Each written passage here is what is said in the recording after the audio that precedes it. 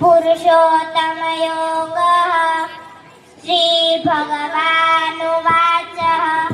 ऊर्ध्वमूलमधःशाखम् मश्वत्थं प्राहुरव्ययम् छन्दांसि यस्य पर्णानि यस्तं वेद स वेदवितम् अधश्वर्धं प्रसुताः गुणप्रवृद्धा विषयप्रवाला अधशमूलान्यनुसन्ततानि कर्मानुबन्धीनि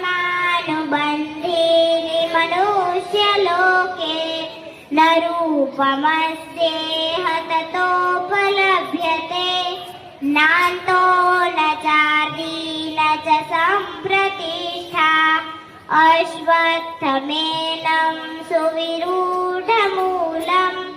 अश्रन्न शस्त्रेण दृढे